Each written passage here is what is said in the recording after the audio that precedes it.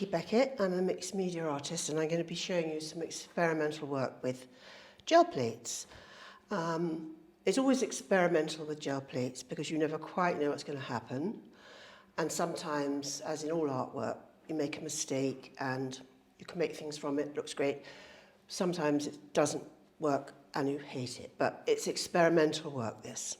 So I've got two size jelly plates here, large one and a small one, which you can buy, or you can make them yourself, but I haven't made them myself.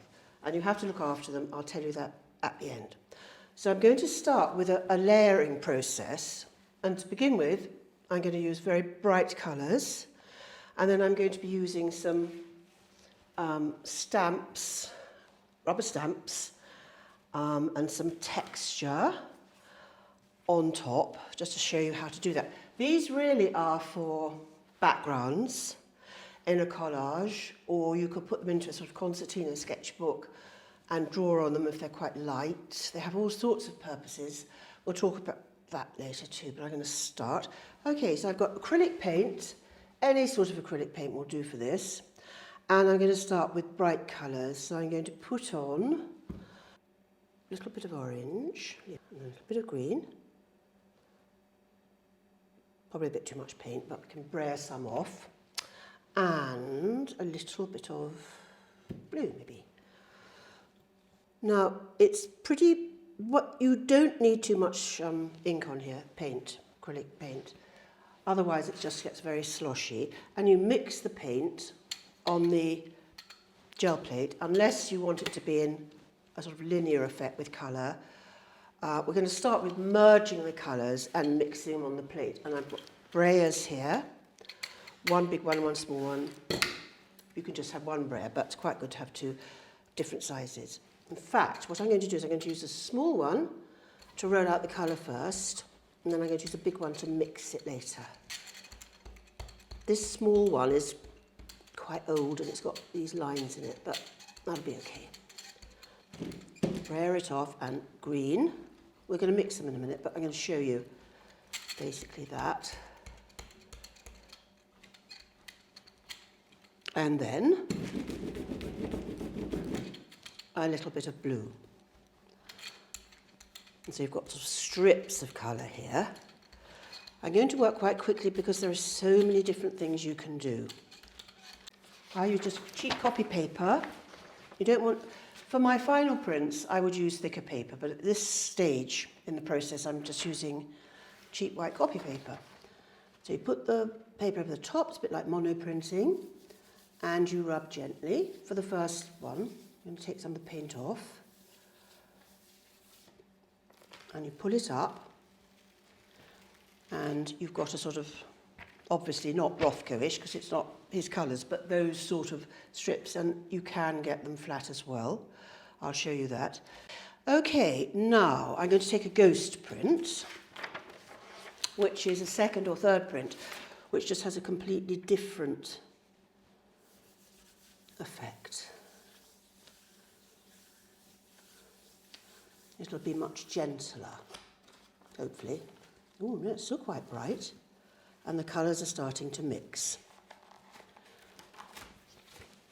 So you've got a mixture there, because I haven't bothered to get it flat on the plate yet, of colours, but they're not all mixed together.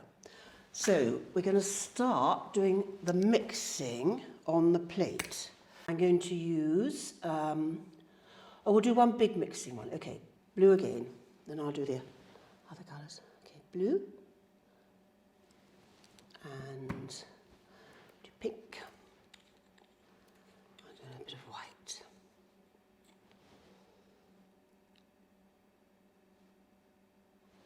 Okay, I'm going to use the bigger ruler because it doesn't leave lines like that little one. The little one is quite good for sort of tiny areas. Actually, the little one is very good, I'll show you later, for inking up stamps and textures, but it's not great on the plate because it's got, as you can see, lines in it. Okay, so I'll mix this, I'll put this on. Do it like that first. Thing is, you could do so many different varieties of this. I'll do it like this first. Possibly, I quite like that, you know, with all the sort of the contrast before I mix it. it looks rather good like that. In fact, I'm tempted to take a print. I'll do that again. These are all going to be backgrounds, so they're not wasted. Paper down, lightly roll, rub, gently. There's an air bubble there in it, which is annoying. Oh, no, it isn't actually, it's white. Okay, pull up. Oh, and now that's obviously not mixed, but it's quite an interesting texture for a background. I'll put all these onto a large sheet later so you can see what I mean. Tiny bit more paint, and I'll show you how to mix it up on here. Right. Get most of that there. Now, this, when you want to mix it, you whoosh it round like that. Whoosh it round. There's a couple of lines in it, which is annoying.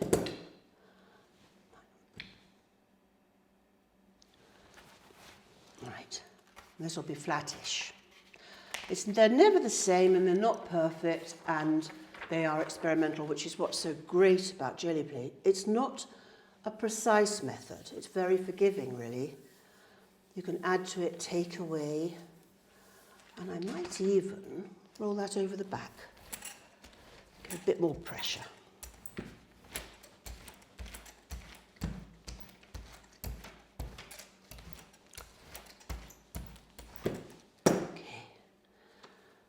Up, and you've got, I don't know whether you can see it on the camera, but it's flattish.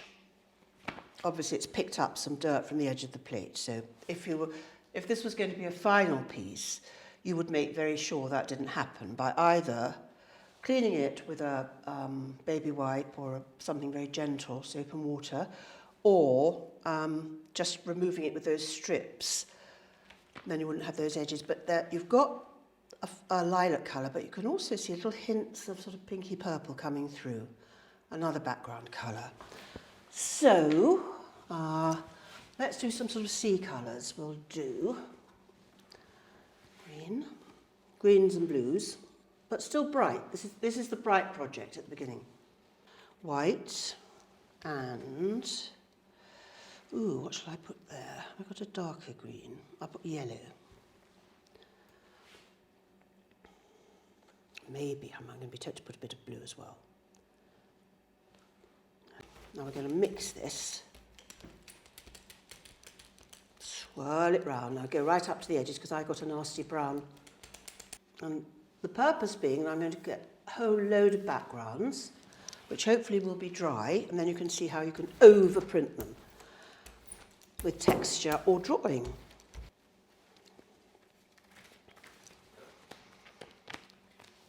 And again, I'm not going to touch that with my fingers because actually I rather like it. That could go into landscape, it could go into an abstract piece, you could draw on top of it. It's just really a collection of backgrounds in a mixture of colours. Now, put a bit more paint on. You'll get the idea of how much paint to put on as you go along. I'll do some more very bright ones, I think. I'll take another print of that to clean the plate, if nothing else. This should clean your plate if you do it fairly quickly. If the acrylic ink dries totally, I'll show you what happens later on, but then it's a bit more hard work to clean it, but you can clean it. That's your ghost print, which is actually just as nice. I don't know what that is in the middle. Oh, I do know what it is. It's the top. The bit here that looks like a shooting star, that is the silver top of one of the paint things which has got into it, which I quite like, so I'm going to leave it there. Right, so there's some sort of sea colours. Do a couple more really bright ones, and then we'll do some of the textured layering. Pink, yellow, and blue. Rub my brayer clean-ish. A line of blue. And, oh, that's nice, the pink's coming out. I want this one to be in stripes. Darker blue, there, just to give a bit of contrast. There, might put a bit there. Let's try that. That's quite a sort of sizzling print. Not sure about that shape there because it looks rather like a sort of aeroplane thing, but the colour I love. And that should have been smaller, but you can always put something over that, white or whatever, which is probably what I would do eventually. Put that one down there. Now I'm going to take a ghost print, which will be interesting. Well, that's quite interesting as well. Very different, not as solid. Again, these for background, so you could be drawing with this, you could be ripping it up for collage, or you could be printing over it, which is what we're going to be doing. I am going to clean the plate now because I'm going to show you how to use these rubber stamps. There are two ways of doing this. You can either ink up the plate, or do both ways, I'll use both boards, or you can print with it. So we'll do one on that and one on that, and then I'll show you the various things I've got here for printing. So if we were going to print, for instance, on, let's take the plain one first. On this one, you've got to think, well, what colour do I want my pattern to be, like my second layer? Could be very dark. I suppose it could be white on there. I think we'll try a dark colour. We'll try both. We'll try a dark one and a light one. So, notice it's got to be in contrast, obviously, or it won't show. Won't show up on that if it isn't. So, is that going to be enough contrast? I think so. Yep. Don't really have to roll up the whole plate here because you could take sections of that. Actually, I'll roll up quite a lot because it's a big plate. So, let's roll up another one as well. I'm doing it adjacently on the big plate so you can see how the two different things work. Okay. And I don't mind if a bit of that colour goes in, so I'm not cleaning that. It's not going to cover the whole plate, this stamp, so you don't need to ink up the whole plate. Well, you do on the little one, not the big one. Right, now the two methods are, firstly, you could just put, this is a stamp with lots, you can see it, this one's been used, you can see more. This is a stamp with sort of multi characters on it, letters, quite sure what else, but anyway, it's pretty abstract, but it's made up from letters, mostly words, letters. So, now I'm going to show you the stamps, and then I'm going to show you the things just you can find anywhere for printing. Right, so this is one way of doing it. You put the stamp down like that, and if you want to save the edges, what you could do, don't want ink on the edges, perhaps, I don't know, perhaps you do. We'll leave a little border, and I'll put that round there. You can see the different effects you'll get. And that one.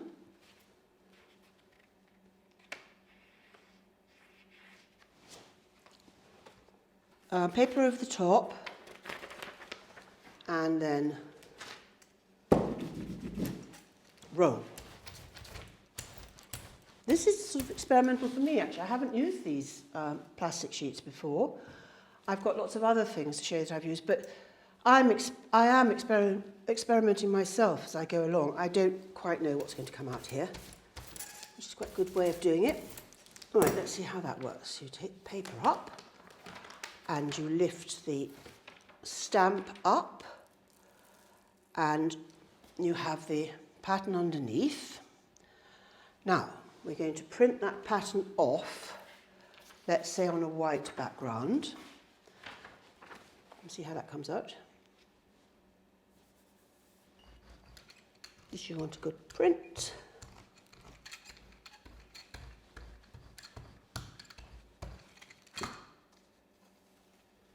And then lift up. Now that's on a white background. Doesn't really matter which, that way the letters go. The other way of doing it is put that rubber stamp on there. Have I got enough paint on there? Probably. Roll out on the paint and roll it onto the stamp. I don't know whether that's quite enough. Put a bit more on.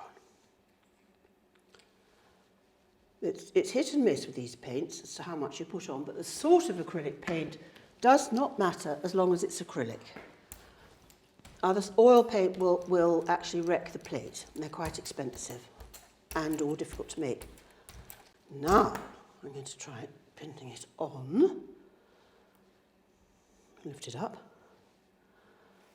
onto that background. I don't know whether it'll work. I haven't tried this before, but I think it will. Let's try it.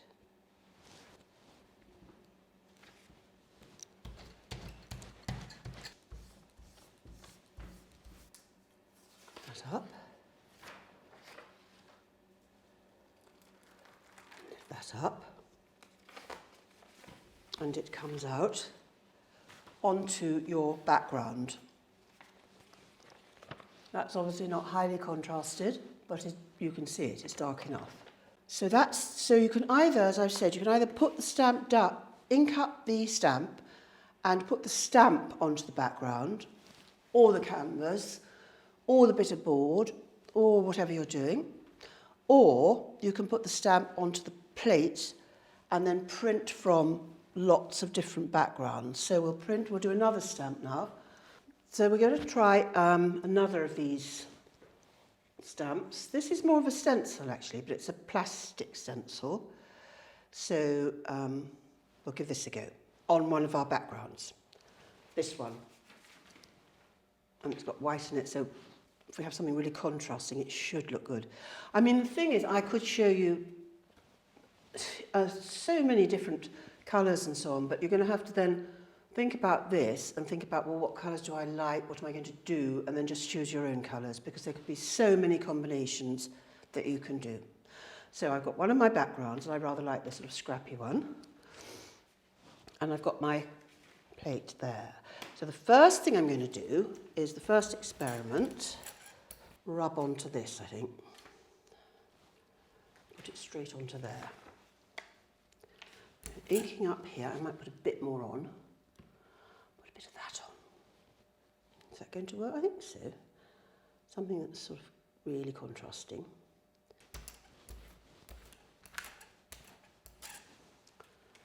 There are two ways of doing this. Let's try this first.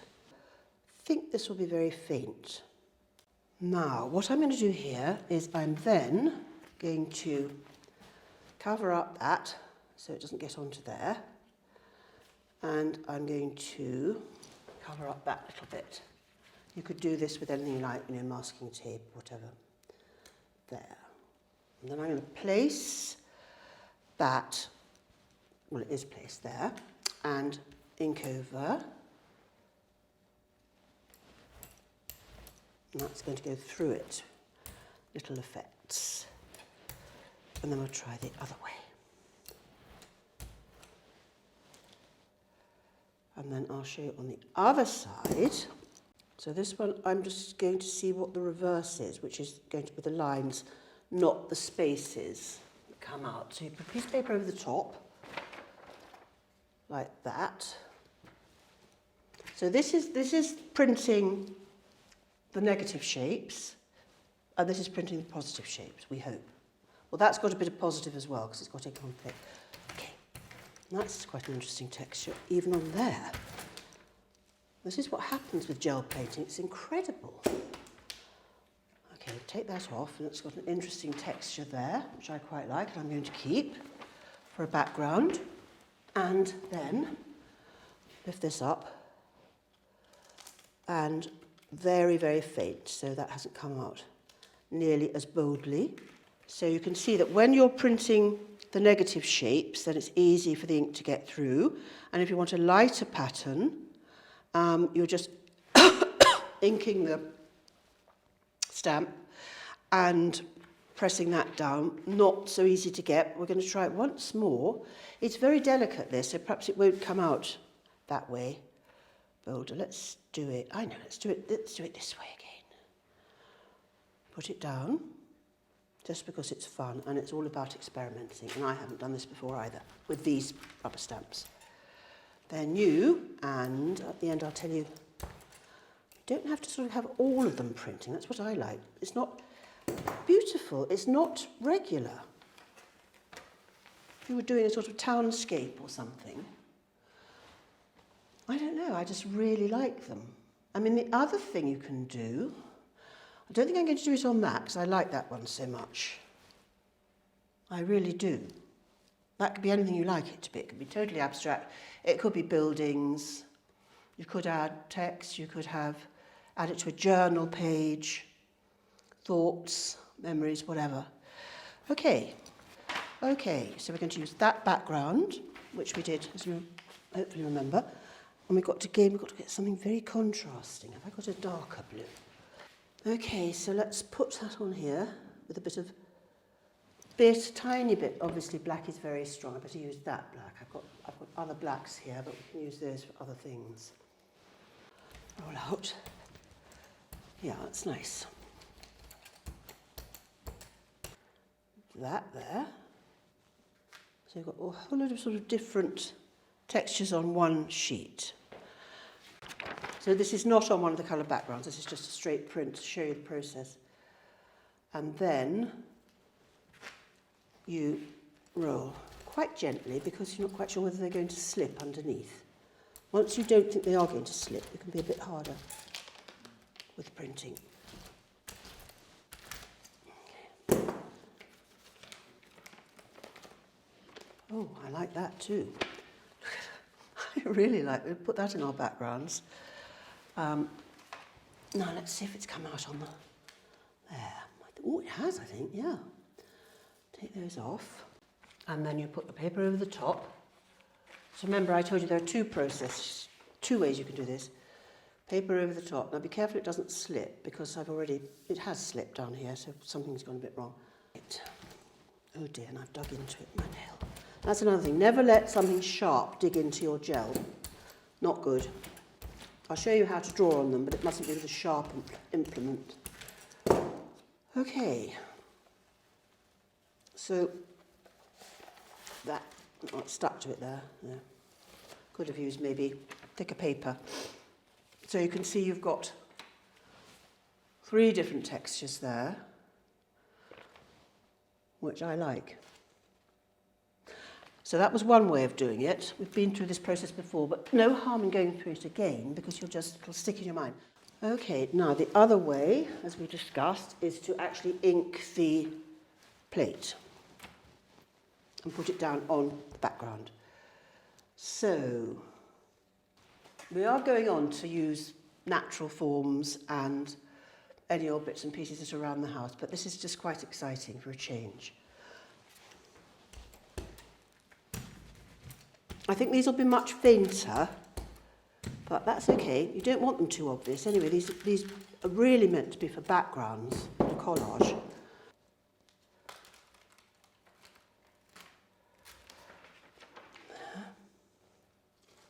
Yes, it has. Beautiful. There. That way up or whatever way up. So it's, yeah, I like that. What I like is that when they're not actually perfect, it just looks more interesting, it's intriguing. And after all, you're probably going to be adding your own stuff, maybe a drawing or painting or more collage on the top. So you've got those on that background. As I say, you could either put them, I wouldn't, if I was making a collage, I would tend certainly not to put them on just as like that. I would rip pieces of them, probably not have straight edges, and put them together in an interesting way. And certainly if you're going to put a drawing or a photograph or a reverse image print, I'll talk about that at the end, on the top of the background, then it needs to be not absolutely all covered where the face is going to be, perhaps, with these, but they're just so good to make your background intriguing. That one and that one are my favourites, but you'll have yours. Okay, I'm going to do, next thing will be natural forms and things around the house and whatever to use on a gel plate.